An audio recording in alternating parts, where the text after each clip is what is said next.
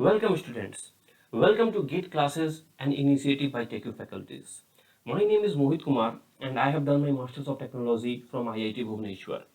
Currently, I am teaching as an assistant professor in Muzaffarpur Institute of Technology, Muzaffarpur under Bihar government. I have a teaching experience of over 5 years and I will be covering the analog communication part of the subject communication system. So let's start the preparation. Let's crack the gate.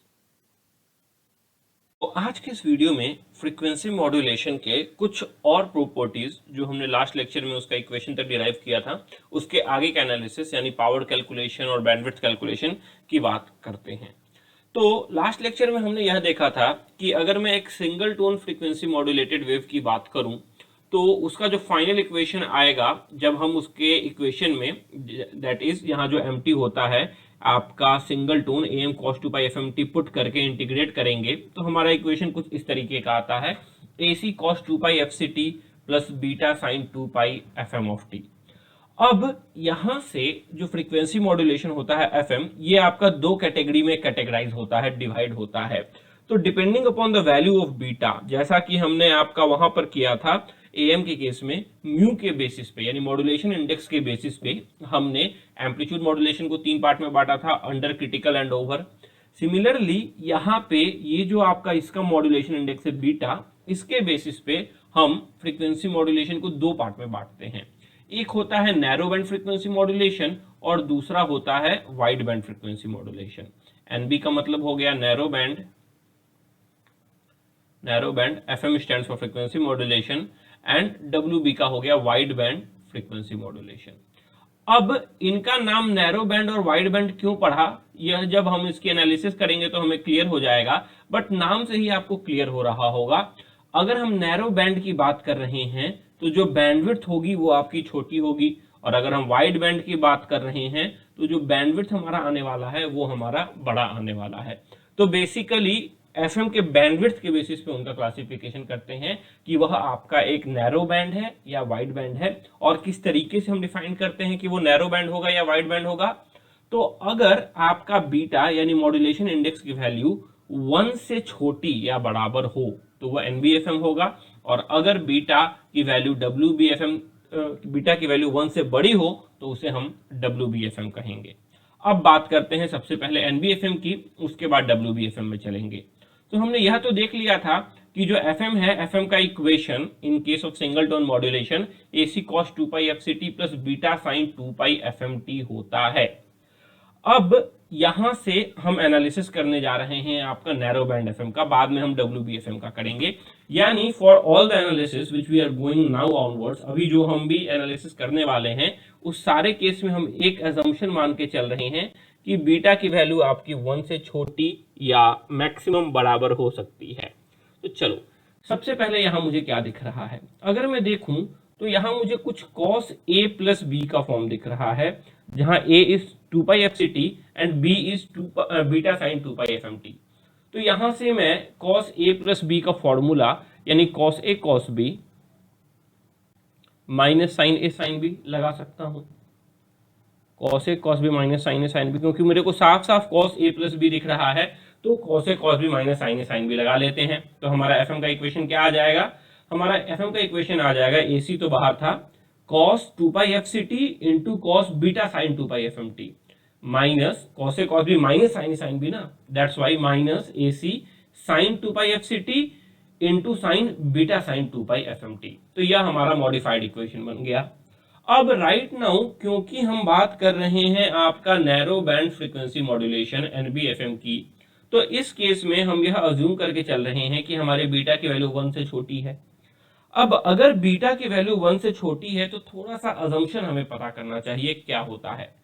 यानी मैं क्या कहना चाहता हूं, for example अगर हम sign theta की value निकालना चाहते हैं for small value of theta, तो ये आपका एक साइन थीटा का कर्व है, और आप देख सकते हो थीटा की वैल्यू अगर मैं छोटी लूं तो ये आपका almost y equal to X को फॉलो कर रहा है।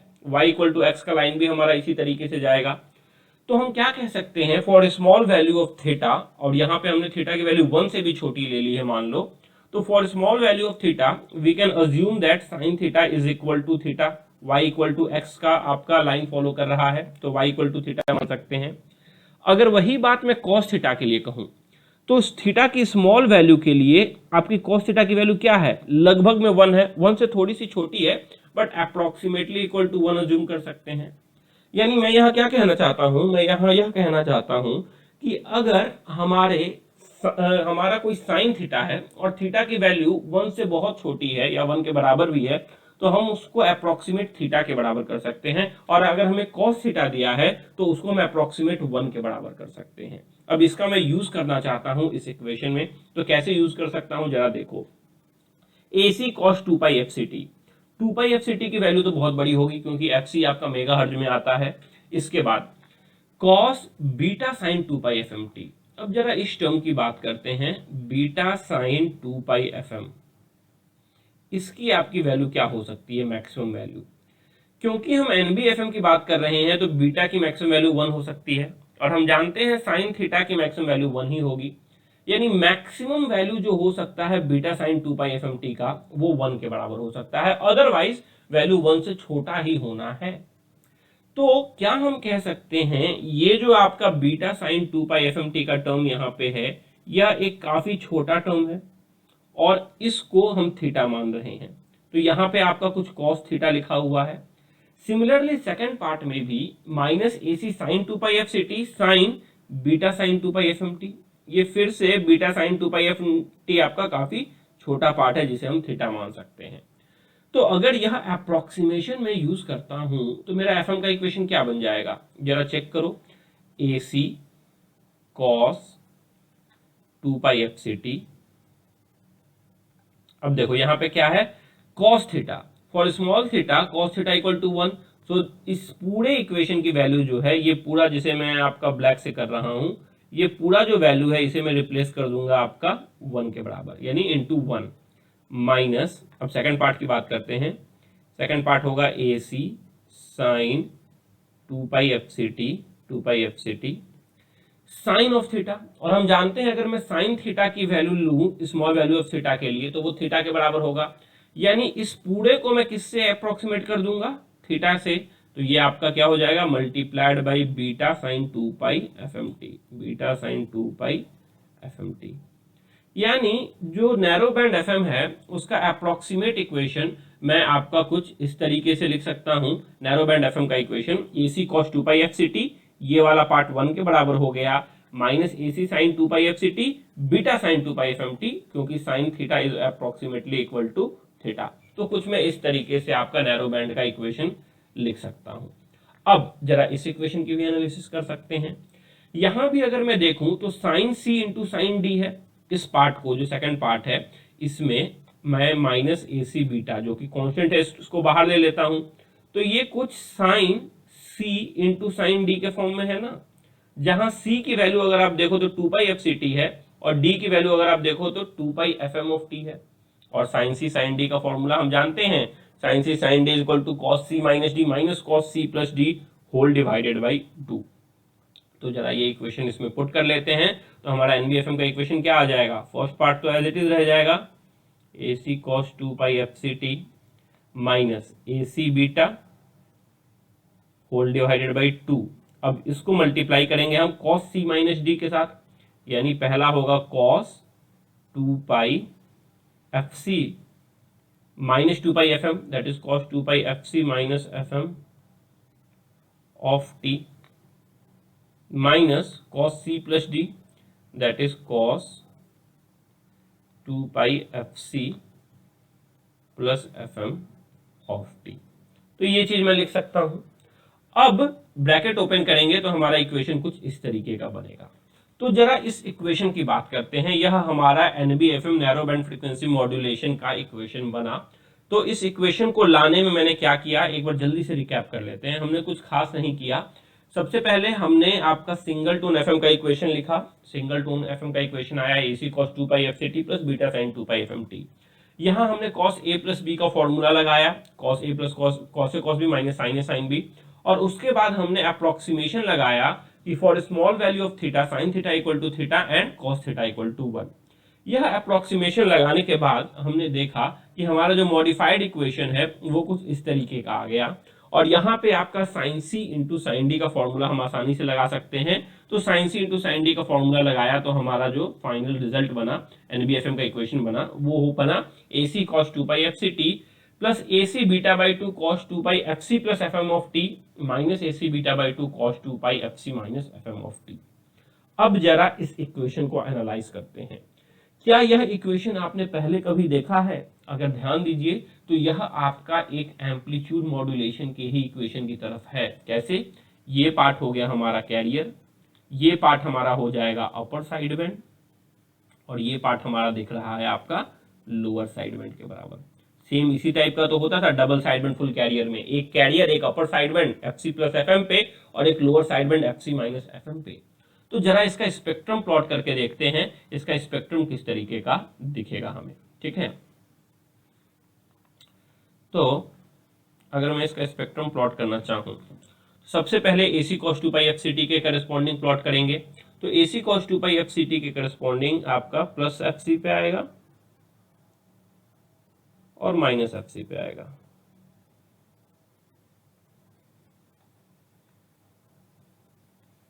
प्लस एफ सी पे एंड माइनस एफ सी पे। और एम्पलीट्यूड कितना हो जाएगा? आधा हो जाता है। So AC by 2 and AC by 2। First complete हो गया। सेकेंड अपर साइड में प्लॉट करते हैं AC beta by 2 cos 2 pi F C plus F M. तो ये कहाँ लाई करेगा? अगर ये मैं देखूं तो ये F C plus F M पे और minus of F C minus F M पे लाई करेगा। तो इसको मैं प्लॉट कर रहा हूं यहाँ पे F C plus F M और यहाँ पे एक यानी minus of F C minus F M. तो ये हमारा आ गया F C plus F M पे and minus F C minus F M पे। और एम्पलीट्यूड कितना हो जाएगा? ए सी बीटा बाई 4 के बराबर, ए सी बीटा बाई 4 के बराबर, ए सी बीटा बाई 4 के बराबर। अब ये वाला पार्ट देखना, ये पार्ट काफी इंपॉर्टेंट है। ये पार्ट क्या है? cos 2 pi F C minus F M T. यानी अगर मैं प्लॉट करूं तो मैं प्लॉट करूंगा एक F C minus F M पे और एक minus F C plus F M पे, मगर उसका एम्पलीट्यूड क्या होगा? एम्पलीट्यूड जो होगा, जो एरिया होगा बेसिकली इंपल्स का, वो तो माइनस से मल्टीप्लाई है ना। तो जो एरिया आप देख रहे हो वो हो जाएगा minus of A C beta by 2। यानी जो हम ऊपर में दिखा रहे थे अब हमें नीचे में जाना पड़ेगा। क्यों नीचे में जाना पड़ेगा? इस बात पे ध्यान दीजिए, क्योंकि अभी जो हमारा रिजल्ट आ रहा है, हमारा रिजल्ट आपका नेगेटिव आ रहा है ना। एरिया जो आ रहा है माइनस ए सी में आ रहा है, इसीलिए हमारा जो रिजल्ट आएगा वो आपका आएगा F C minus F M पे इधर, और इधर आएगा minus F C plus F M पे अगर नेगेटिव की बात करूं तो cos 2 pi F C minus F M के चलते। मगर इसका जो एरिया होगा, जो कि इम्पल्स का एरिया होगा, इसका जो एम्पलीट्यूड है वो है minus A C beta by 2 के बराबर। तो अगर मैं एनबीएफएम का स्पेक्ट्रम की बात करूं तो एनबीएफएम का स्पेक्ट्रम आपका एएम यानी double side band full carrier के स्पेक्ट्रम की तरह ही लग रहा है, बस जो लोअर साइड बैंड कंपोनेंट है वो आपका 180 डिग्री फेज शिफ्टेड है। तो एक बार एनबीएफएम का इक्वेशन और एक बार एएम का इक्वेशन दोनों को कोरिलेट करके देखते हैं कि दोनों में क्या सिमिलैरिटी है। तो यहाँ पे ऊपर में मैंने आपका एनबीएफएम का इक्वेशन लिख दिया और उसका मैंने आपका स्पेक्ट्रम प्लॉट कर दिया। सिमिलरली यहाँ पे मैंने, हाँ यहाँ पे बीटा एसी बाई 4 होगा, मैंने बीटा एसी बाई 2 लिखा है क्या, क्योंकि बाई 2 हो रहा है दोनों बार, तो यहाँ पे बाई 4 हो जाएगा ना। यहाँ बाई 4 लिखा है, तो ये भी आपका beta minus beta AC by 4 के बराबर होगा। ठीक है, हाँ। तो ये अगर आप देखो तो यहाँ पे मैंने आपका एनबीएफएम का स्पेक्ट्रम प्लॉट कर दिया, ये एनबीएफएम का है, और यहाँ मैंने आपका डीएसबीएफसी का स्पेक्ट्रम प्लॉट कर दिया है जो हमने प्रीवियस लेक्चर में पढ़ा था। Equation AC cos 2 pi F C T plus mu AC by 2 cos 2 pi F C plus F M T plus mu AC by 2 cos 2 pi F C minus F M T. अब इन दोनों को जरा correlate करते हैं। यहाँ से directly आपका 1 नंबर का सवाल पूछा जाता है एग्जाम में, कई बार ऑब्जेक्टिव पूछे भी गए हैं। तो कोरिलेशन में मैं क्या कह सकता हूँ? सबसे पहला पॉइंट तो मैं यह कह सकता हूँ एनबीएफएम जो है वो आपका और कुछ नहीं डीएसबीएफसी ही है, बस चेंज क्या होगा, जो आपका लोअर साइड बैंड है, लोअर साइड बैंड वो आपका 180 डिग्री फेज शिफ्ट है, क्योंकि दोनों में आपका 180 डिग्री का अंतर है, बिल्कुल वो उसका निगेटिव है। तो फर्स्ट स्टेटमेंट मैं यह लिख सकता हूं, double side band full carrier AM and NBFM will be same except 180 degree phase shift at lower side band frequency component. LSB frequency component पे अगर हम 180 डिग्री का फेज शिफ्ट करते हैं तो दोनों आपके सेम हो जाएंगे। दूसरा जैसा मैं यहां से देख सकता हूं, अगर मैं दोनों का स्पेक्ट्रम इक्वेट करूं या दोनों का मैं इक्वेशन इक्वेट करूं, तो क्या मैं कह सकता हूं बीटा जो है वो कुछ नहीं, यहाँ पे मॉड्यूलेशन इंडेक्स ही है, बिल्कुल कह सकते हैं। तो क्या मैं यहां से टोटल पावर का फॉर्मूला लिख सकता हूं? टोटल पावर अगर मैं एम की बात करूं तो पीसी इंटू 1+μ²/2 होता था। तो यहाँ क्या हो जाएगा total power will be PC into 1+β²/2 के बराबर हो जाएगा आपका। तो ये मैंने लिख लिया, total power equal to PC into 1+β²/2। और अगर मैं बैंडविड्थ की बात करूं तो bandwidth highest positive possible frequency that is FC plus FM minus lowest positive possible frequency FC minus FM. तो ये जब मैं ओपन करूंगा ब्रैकेट और कैंसिल करूंगा तो एफसी कैंसिल हो जाएगा, हमारा बैंडविड्थ अभी भी सेम यानी 2 FM के बराबर ही रहेगा। एक और इंपॉर्टेंट पॉइंट यहां से मैं पता कर सकता हूं, क्या? अगर मैं इस NBFM को इससे ऐड कर दूं, अगर मैं इन दोनों को आपस में ऐड कर दूं तो रिजल्ट क्या बनेगा जरा बताओ। अगर मैं इन दोनों को आपस में ऐड कर दूं तो ये जो लोअर साइड बैंड कंपोनेंट है जहां मैंने बीटा को म्यू के बराबर माना है, तो ये दोनों आपका आपस में कैंसिल हो जाएगा, लोअर साइड बैंड कंपोनेंट आपस में कैंसिल कर देंगे, यानी हमारे पास एक साइड बैंड और एक कैरियर बनेगा। तो क्या मैं कह सकता हूं कि जब मैं NBFM को double side band full carrier से ऐड करूं तो जो हमारा रिजल्ट आएगा वो कुछ नहीं, single side band with carrier, carrier के साथ SSB FC कर आएगा। तो हम कह सकते हैं AM plus NBFM is equal to SSB plus carrier. तो ये जो तीन आप देख रहे हो ये तीनों बहुत इंपॉर्टेंट हैं, इनके बेसिस पे कई बार क्वेश्चन आपसे एग्जाम में पूछा जा चुका है। तो ये आपको ध्यान में रहना चाहिए कि किस तरीके से आप इन क्वेश्चंस को सॉल्व कर सकते हैं, और अगर आपके पास इस कॉन्सेप्ट पे क्वेश्चन पूछे जाएं। तो ये हो गया आपका NBFM का कॉन्सेप्ट। अब बात करते हैं WBFM का जो इक्वेशन है उसका डेरिवेशन आपका थोड़ा सा लंबा है, 1 से 2 पेज जाता है, और वो आपके काम का नहीं है क्योंकि उस लेवल का क्वेश्चन आपके एग्जाम में नहीं पूछा जाता है। तो इसलिए मैं उसके डेरिवेशन पे नहीं जाऊंगा, मैं WBFM का डायरेक्टली आपको इक्वेशन देने वाला हूं। आप चाहो तो derivation as an assignment try कर सकते हो, नेट पे आपको कई जगह उसका डेरिवेशन मिल जाएगा। वहां पे जब आप डिराइव करोगे तो डेरिवेशन के एंड में आपको एक फंक्शन मिलेगा, वो जो फंक्शन आपको मिलेगा उस फंक्शन को हम कहते हैं बेसल्स फंक्शन। तो ये बेसल्स फंक्शन क्या होता है यह आपको पता होना चाहिए। यानी अगर मैं WBFM की बात करूं तो जो क्वेश्चन आपसे एग्जाम में पूछे जाते हैं WBFM में या आने वाले एग्जाम में आपसे पूछे जाएंगे, वो सारे क्वेश्चन WBFM के डेरिवेशन पे नहीं होंगे, WBFM के इक्वेशन के ऊपर बनेंगे, और बहुत सारे क्वेश्चन वो हम डिस्कस करने वाले हैं, सॉल्व करने वाले भी हैं। तो जरा ध्यान दीजिएगा किस तरीके से हम WBFM को सॉल्व कर सकते हैं अगर हमें बेसल्स फंक्शन का पता हो WBFM के इक्वेशन को। तो बेसल्स फंक्शन क्या होता है? बेसल्स फंक्शन को रिप्रेजेंट करते हैं J ऑफ nx से, इसकी वैल्यू होती है 1/2 pi integration minus pi to pi e to the power j x sin theta minus n theta D theta. ये फॉर्मूला आपको याद करने की जरूरत नहीं है, आपको इसकी 3 प्रॉपर्टी याद करने की जरूरत है, क्योंकि उन 3 प्रॉपर्टी से क्वेश्चन पूछे जाते हैं, और प्रॉपर्टीज आपको काफी क्लियर पता चल जाएगा अगर आपको उसका ग्राफ ध्यान में रहे। तो ये जो है मैंने पॉजिटिव हाफ में JNX का जो बेसल्स फंक्शन है उसका ग्राफ बनाया है। तो जरा ध्यान दीजिएगा, हमने कुछ कंडीशन रखा है। कंडीशन क्या रखा है?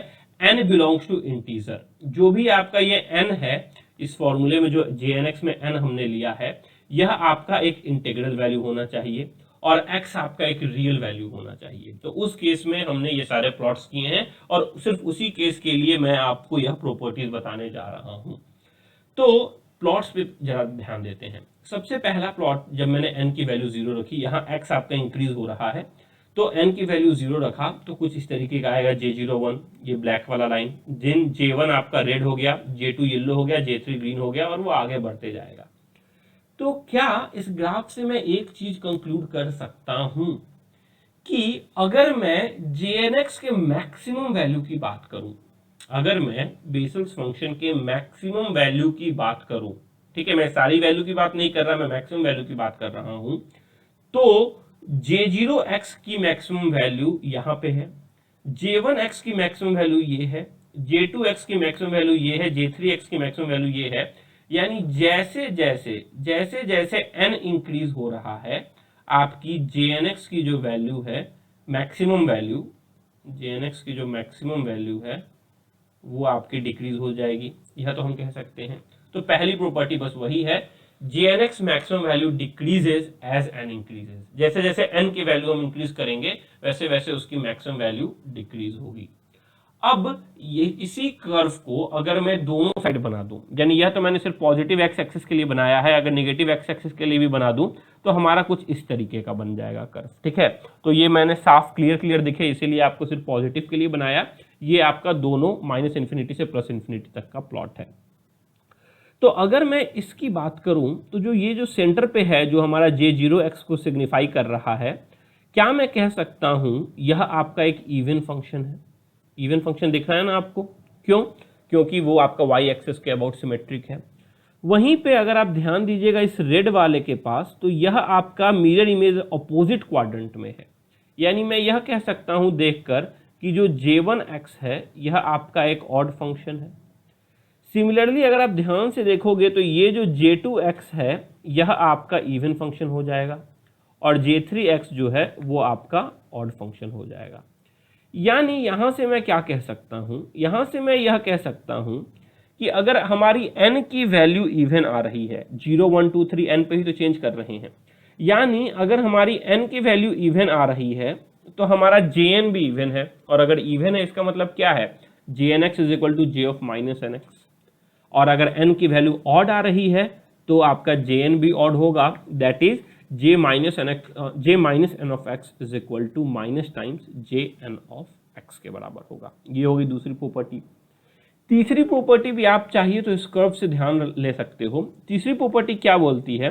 तीसरी प्रॉपर्टी यह बोलता है कि अगर मैं किसी एक पर्टिकुलर वैल्यू, अगर मैं x की किसी एक पर्टिकुलर वैल्यू पे जितने भी Jn हैं सबको ऐड कर दूं, इस फॉर एग्जांपल इस लाइन के अलोंग जितने भी Jnx की वैल्यू आएगी उसके स्क्वायर को ऐड कर दूं, स्क्वायर करके ऐड कर दूं, तो हमारा रिजल्ट 1 के बराबर आएगा। यह बोलता है तीसरा, summation n equal to minus infinity to infinity Jn square x equal to 1। यानी यह एक मैं कोई सा भी एक लाइन बना दे रहा हूं, तो मैंने अभी x इक्वल टू 4 पे देखा, यानी यहां पे अगर मैं इसको चेक करूं तो यह बोल रहा है summation n equal to minus infinity to plus infinity Jn square 4 equal to 1। यानी J0 square 1 plus J0 square J1 square plus J2 square plus J3 square plus J4 square की वैल्यू x पे 1 के बराबर होगा। ऐसा मैं कैसे check कर सकता हूं? तो अगर आप ध्यान दो तो मान लो मैं अभी x की वैल्यू 0 ले लेता हूं कुछ इस तरीके से। अगर मैं x की वैल्यू 0 ले रहा हूं तो आप देख सकते हो यहां पे 0 पे सिर्फ J0x की वैल्यू 1 के बराबर है, बाकी सारा J1 J2 J3 J4 सबकी वैल्यू 0 के बराबर है। तो अगर मैं इस इक्वेशन को एक्सपेंड करूं तो ये इक्वेशन होगा J0 ऑफ 0 क्योंकि x की वैल्यू 1 लिया है, plus J1 square of 0 plus J2 square of 0 plus dot dot dot, और इधर भी आएगा नेगेटिव में भी, तो J minus 1 square of 0 plus J minus 2 square of 0। तो प्लॉट के हिसाब से आप देख सकते हो कि सिर्फ J0 की वैल्यू 1 के बराबर आ रही है, बाकी सारी वैल्यूज जो हैं वो यहाँ पे आपकी 0 ही हैं। तो टोटल सम जो होगा वो आपका 1 के बराबर ही होगा, 1 के बराबर ही होगा। तो ये जो तीन प्रॉपर्टीज हैं, बस यही तीन प्रॉपर्टीज आपको बेसल्स फंक्शंस की ध्यान में रखना है। और इसको ध्यान में रखने के लिए कोई बड़ा चीज नहीं, अगर आपको बस इसका ग्राफ ध्यान में आ जाता है तो आप रख सकते हो। कैसे? सबसे पहले हम देख ही रहे हैं कि सबसे ज़्यादा वैल्यू जो मैक्सिमम वैल्यू है J0x की है, उसके बाद J1 है, फिर J2 है। यानी जैसे जैसे n को इंक्रीज करने वाले हैं वैसे वैसे आपका मैक्सिमम वैल्यू Jnx का डिक्रीज होने वाला है। दूसरा क्या बोल रहा है? दूसरा भी हम ग्राफ से देख सकते हैं कि अगर n की वैल्यू इवन है तो Jn भी इवन है। इवन है मतलब J minus n of x equal to Jn of x, और अगर n की वैल्यू ऑड है तो Jn भी ऑड है, that is J minus n of x is equal to minus J times n of x। और तीसरा भी हम देख सकते हैं कि अगर मैं समेशन करता हूं एक पर्टिकुलर x पे, summation N equal to minus infinity to infinity J N square X, यानी एक्स को फिक्स रखते हुए सारे वैल्यू जे के एन के सारे वैल्यू के लिए मैं जे का स्क्वायर करके समेशन करता हूं, तो हमारा जो रिजल्ट आएगा वो 1 के बराबर आएगा।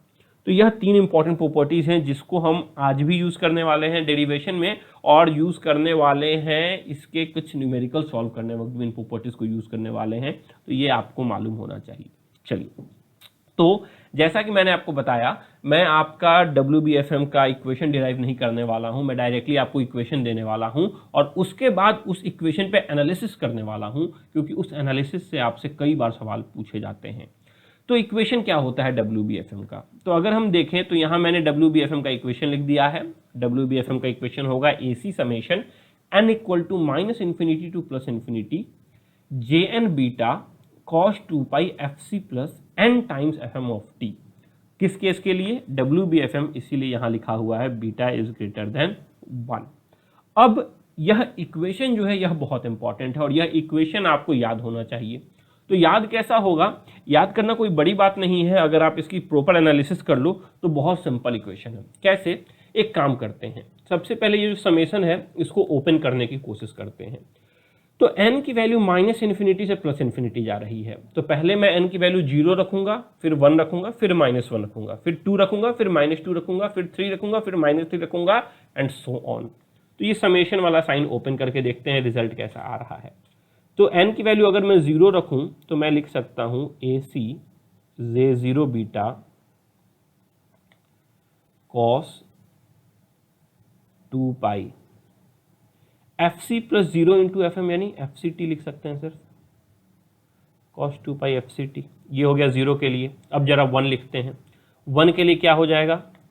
1 के लिए हो जाएगा AC J1 बीटा, n की जगह 1 रख दिया हमने,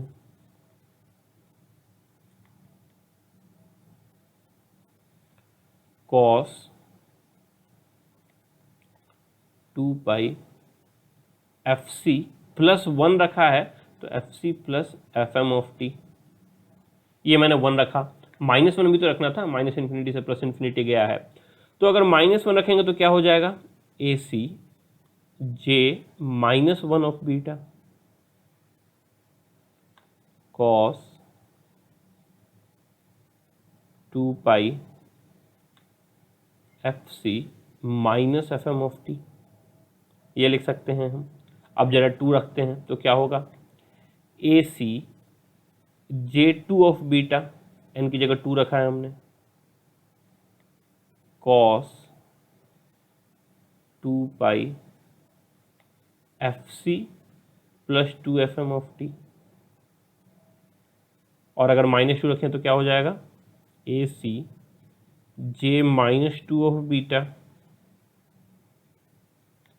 cos 2 pi FC minus 2FM of t, यह हम लिख सकते हैं। इसी तरीके से अगर आप जाओ तो 3, 4, 5, 6 भी, और -3, -4, -5, 6 भी लिख सकते हो। तो हमारा इक्वेशन जो है WBFM का, अगर मैं यह समेशन ओपन कर दूं तो कुछ इस तरीके का दिखेगा।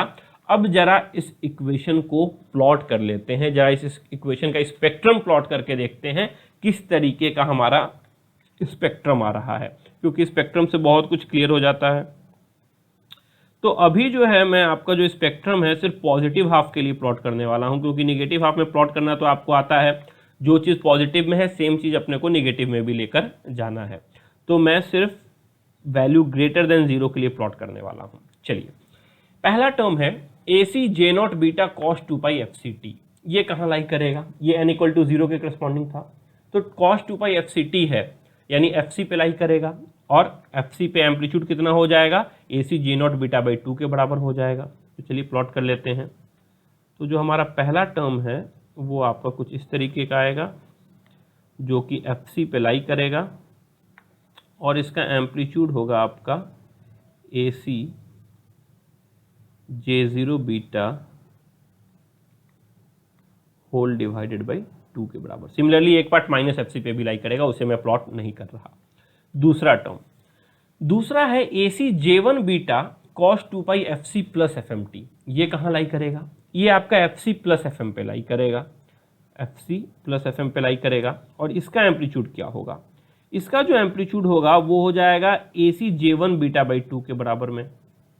अब एक बात ध्यान दीजिएगा, यहाँ पर मैंने automatic AC J1 beta by 2 की value AC J0 beta by 2 से छोटा लिया है। क्या मैंने सही किया है या गलत किया है, जरा सोच के बताइए। अगर चेक करो तो AC बाई 2 तो कट जाएगा, कंपेयर करना चाहता हूं मैं, तो क्या J0 बीटा J1 बीटा से बड़ा होगा? जरा सोचो, फर्स्ट प्रॉपर्टी क्या बोल रहा था? फर्स्ट प्रॉपर्टी यह बोल रहा था कि अगर मैं JNX की बात करूं, x यहां पे क्या हो जाएगा हमारा बीटा, तो JNX की वैल्यू जो है, मैक्सिमम वैल्यू जो है, अगर मैं JNX की बात करूं तो जो मैक्सिमम वैल्यू है वो आपकी डिक्रीज करते जाएगी। कब डिक्रीज करते जाएगी? जैसे जैसे ही हमारा n का वैल्यू आपका इंक्रीज होते जाएगा। तो क्या मैं कह सकता हूं J0x सबसे बड़ा होगा, उससे छोटा J1x होगा, उससे छोटा J2x होगा, उससे छोटा J3x, इस केस में beta, J1 beta, J2 beta, J3 beta and so on होगा। जी हाँ, तो इसीलिए आपका AC J1 बीटा बाई 2 आपका AC J0 बीटा बाई 2 से छोटा होगा। क्यों छोटा हुआ यह हमने समझ गया, प्रॉपर्टी नंबर 1 हमने यूज कर लिया। सिमिलरली सेकेंड टर्म है AC J माइनस 1 बीटा। अब जरा ध्यान दो, AC J माइनस 1 बीटा, अब हमने यह भी पढ़ा था, अगर आप ध्यान दीजिए तो J माइनस 1 जो है, क्या वह आपका J1 के बराबर में, अगर मैं यह प्रॉपर्टी देखूं, प्रॉपर्टी नंबर 2, तो क्या मैं लिख सकता हूं J minus 1 beta is nothing but J1 beta? ऐसा लिख सकता हूं क्या? बिल्कुल लिख सकता हूं, J minus 1 beta is equal to J1 beta हो ही रहा है, बिकॉज नहीं, क्योंकि n की वैल्यू आपका ऑड है, तो J minus 1 beta is equal to minus times J1 beta हम लिख सकते हैं। ठीक है, बिकॉज n की वैल्यू यहाँ पे 1 है, 1 is a odd, so J minus 1 beta is equal to minus times J1 of beta लिखा जा सकता है। ठीक है, अब सेम चीज हम यहाँ करना चाहते हैं। अब हम थर्ड इक्वेशन को प्लॉट करना चाहते हैं। थर्ड है AC J minus 1 beta cos 2 pi FC minus FMT। तो ये कहाँ लाई करेगा? ये आपका लाई करेगा FC माइनस FM पे पॉजिटिव में, और नेगेटिव में भी जाए तो minus of FC plus FM पे लाई करेगा। और एम्पलीट्यूड क्या हो जाएगा? एम्पलीट्यूड हो जाएगा AC J minus 1 beta by 2 के बराबर में। ठीक है, तो जरा इसको भी प्लॉट कर लेते हैं। अगर मैं इसे भी प्लॉट करूं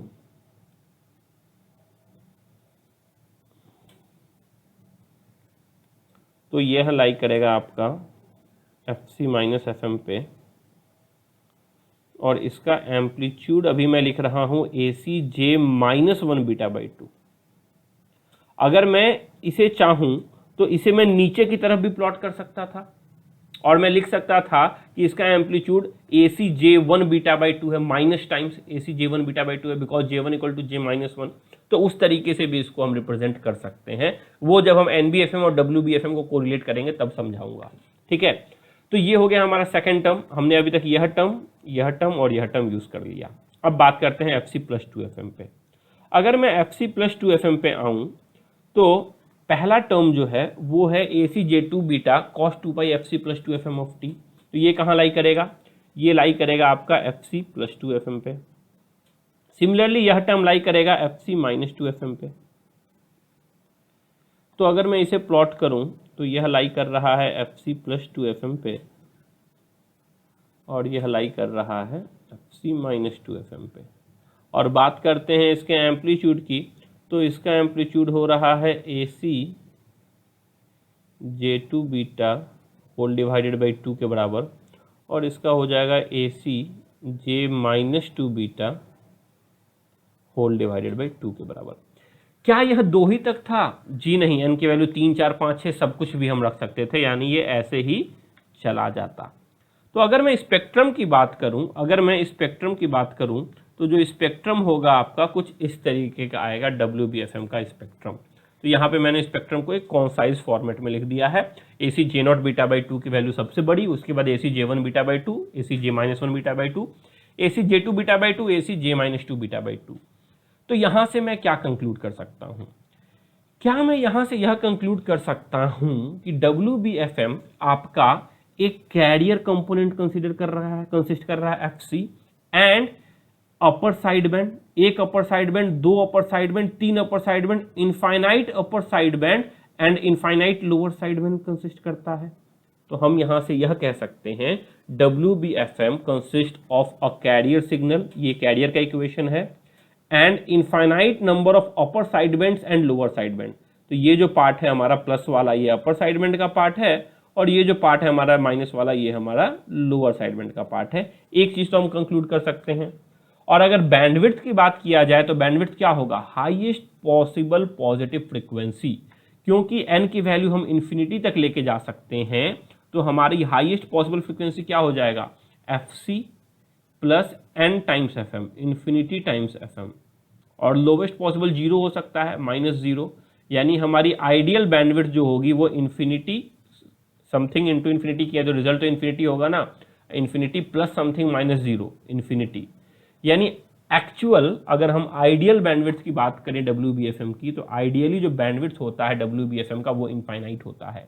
और NBFM के केस में हमने देखा था जो हमारा बैंडविड्थ था वो 2FM आ रहा था, इसीलिए NBFM को हम कहते हैं नैरो बैंड फ्रीक्वेंसी मॉड्यूलेशन और WBFM को कहते हैं वाइड बैंड फ्रीक्वेंसी मॉड्यूलेशन, क्योंकि यहाँ पे आइडियली जो बैंडविड्थ होता है वो बहुत चौड़ा इनफाइनाइट से के बराबर होता है आइडियली। प्रैक्टिकल केस में उसको हम थोड़ा सा ट्रंकेट करते हैं, जो अभी थोड़ी देर में पढ़ने वाले हैं। और यह भी मैंने बता दिया कि wide band FM contains career frequency component and infinite upper side band and lower side band component. यहाँ तक हम आ गए। अब बात करते हैं पावर की। तो पावर तो निकालना हम जानते हैं ना, अगर हमारे पास a cos थीटा का फॉर्मूला है तो पावर उसका क्या होता है a²/2, और यहाँ पे सब देखो उसी फॉर्मेट में है। तो total power is equal to carrier power plus upper side band 1 power plus lower side band 1 power plus upper side band 2 power plus lower side band 2 power. तो कैरियर पावर क्या हो जाएगा, AC J0 beta whole square divided by 2। Upper side band 1 power क्या हो जाएगा, AC J1 beta whole square divided by 2। Lower side band 1 का power क्या हो जाएगा, AC J-1 beta whole square divided by 2। Upper side band 2 का power क्या हो जाएगा, AC J2 beta whole square divided by 2। Lower side band 2 का power क्या हो जाएगा, AC J-2 beta whole square divided by 2 के बराबर। यानी टोटल पावर जो है उसको मैं कुछ इस तरीके से लिख सकता हूँ, टोटल पावर इज -इन्फिनिटी से आ रहा है AC J-2 beta whole square by 2 plus आपका प्लस इन्फिनिटी तक जाएगा। यहाँ से अगर मैं देखूँ तो AC²/2 में कॉमन ले सकता हूँ, AC²/2 हमारा कॉमन आ जाएगा, ठीक है। AC²/2 कॉमन ले लिया तो फिर क्या बचा, summation n equal to -infinity to plus infinity.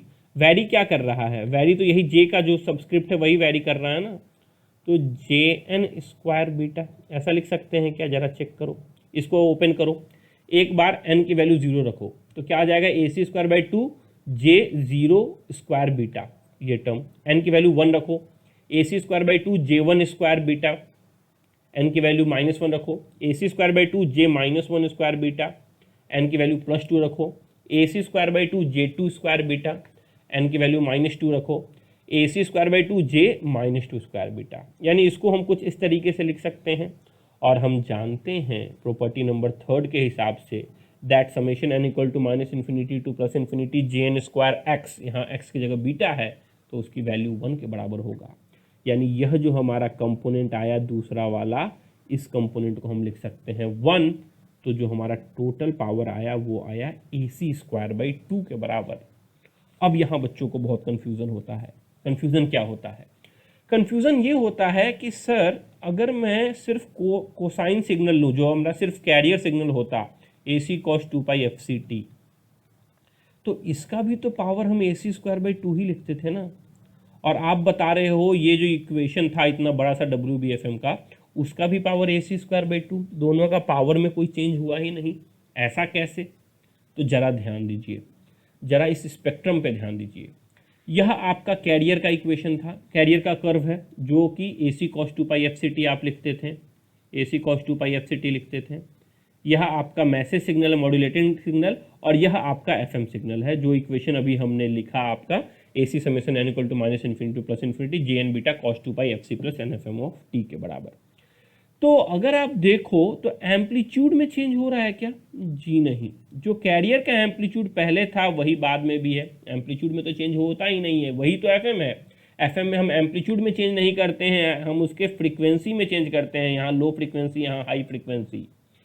इसीलिए इसीलिए जो for FM signal power of carrier signal is same as power of modulated signal. जो पावर मॉड्यूलेटेड सिग्नल में है वही पावर आपका कैरियर सिग्नल में होता है। इसीलिए आपकी वैल्यू जो यहाँ पे आ रही थी वो AC²/2 के बराबर आई। तो अब यहाँ से दूसरा सवाल बच्चे पूछते हैं, सर आपने प्रीवियस लेक्चर्स में जब AM पढ़ाया था तब ये बोला था कि जो कैरियर में पावर होता है वो वेस्टेज पावर होता है, उसी को तो सप्रेस करके आप double side band full carrier से सप्रेस्ड कैरियर पहुंचे और कैरियर को हटा दे रहे थे बार बार।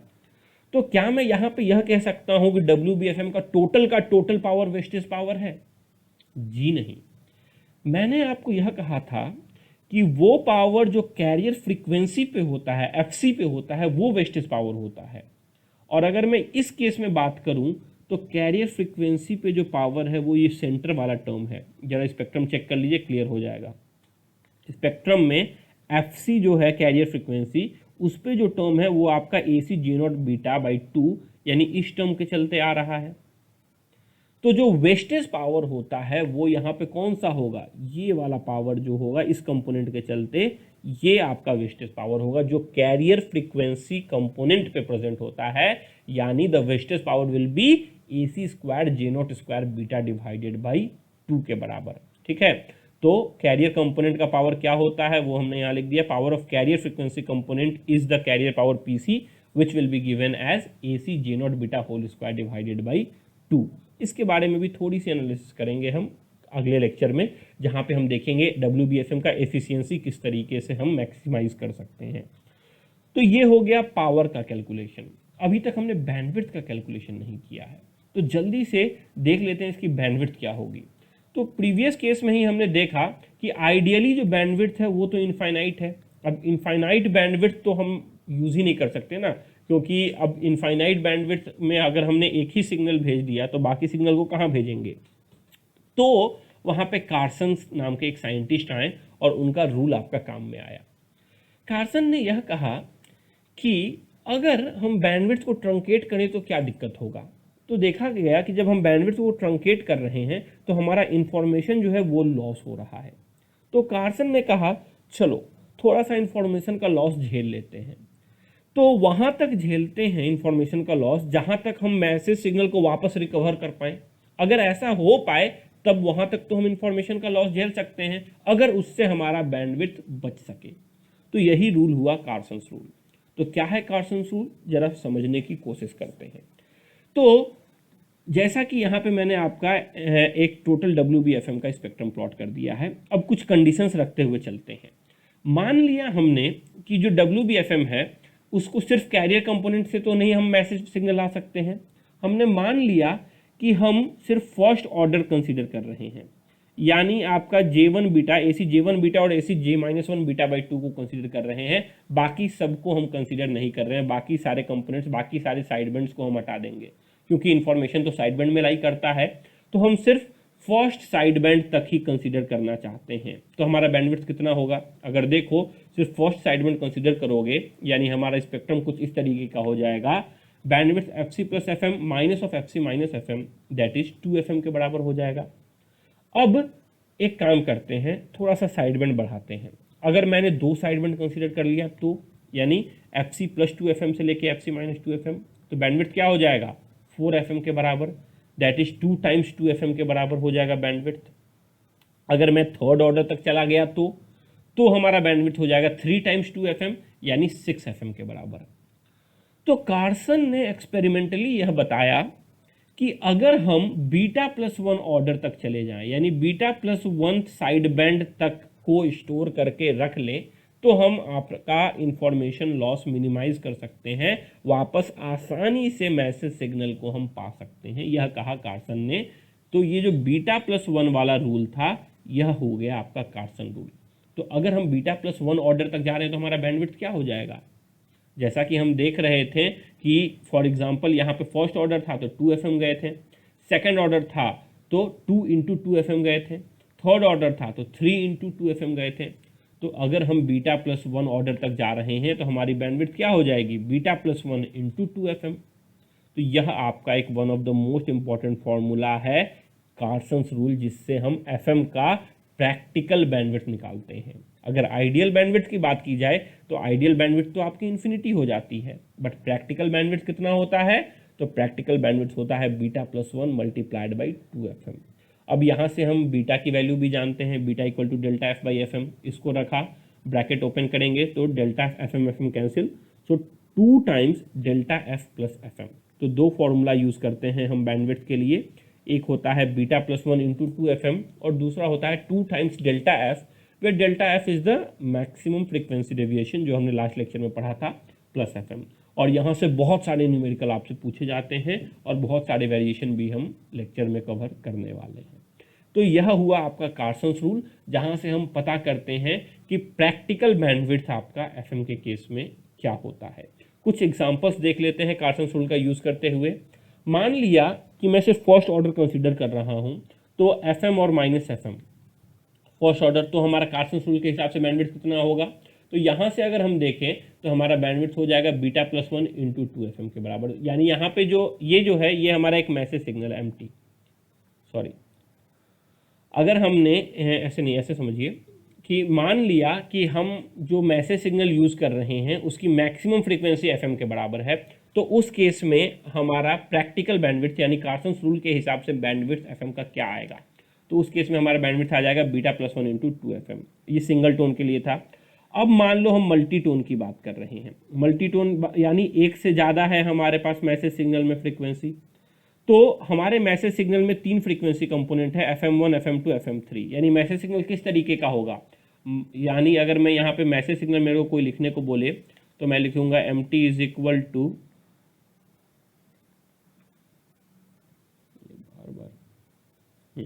MT is equal to AM1 cos 2 pi FM1t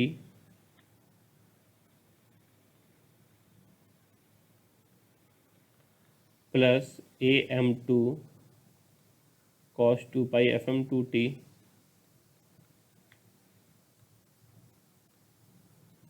plus AM3 cos 2 pi FM3t, यानी मल्टी टोन हो गया। तो अगर इस तरीके का हमारे पास मैसेज सिग्नल दे दिया तो FM का बैंडविड्थ कितना होगा, तो FM का बैंडविड्थ क्या लेंगे, जो मैक्सिमम फ्रीक्वेंसी है उसको इस इक्वेशन में पुट करेंगे। So the bandwidth will be beta plus 1 into 2 times FM3। और मान लो हमारा मैसेज सिग्नल कुछ इस तरीके का है जहाँ पे लोवेस्ट फ्रीक्वेंसी -F और हाईएस्ट फ्रीक्वेंसी +F है, तो हमारा बैंडविड्थ कितना हो जाएगा, beta plus 1 into 2 times F के बराबर।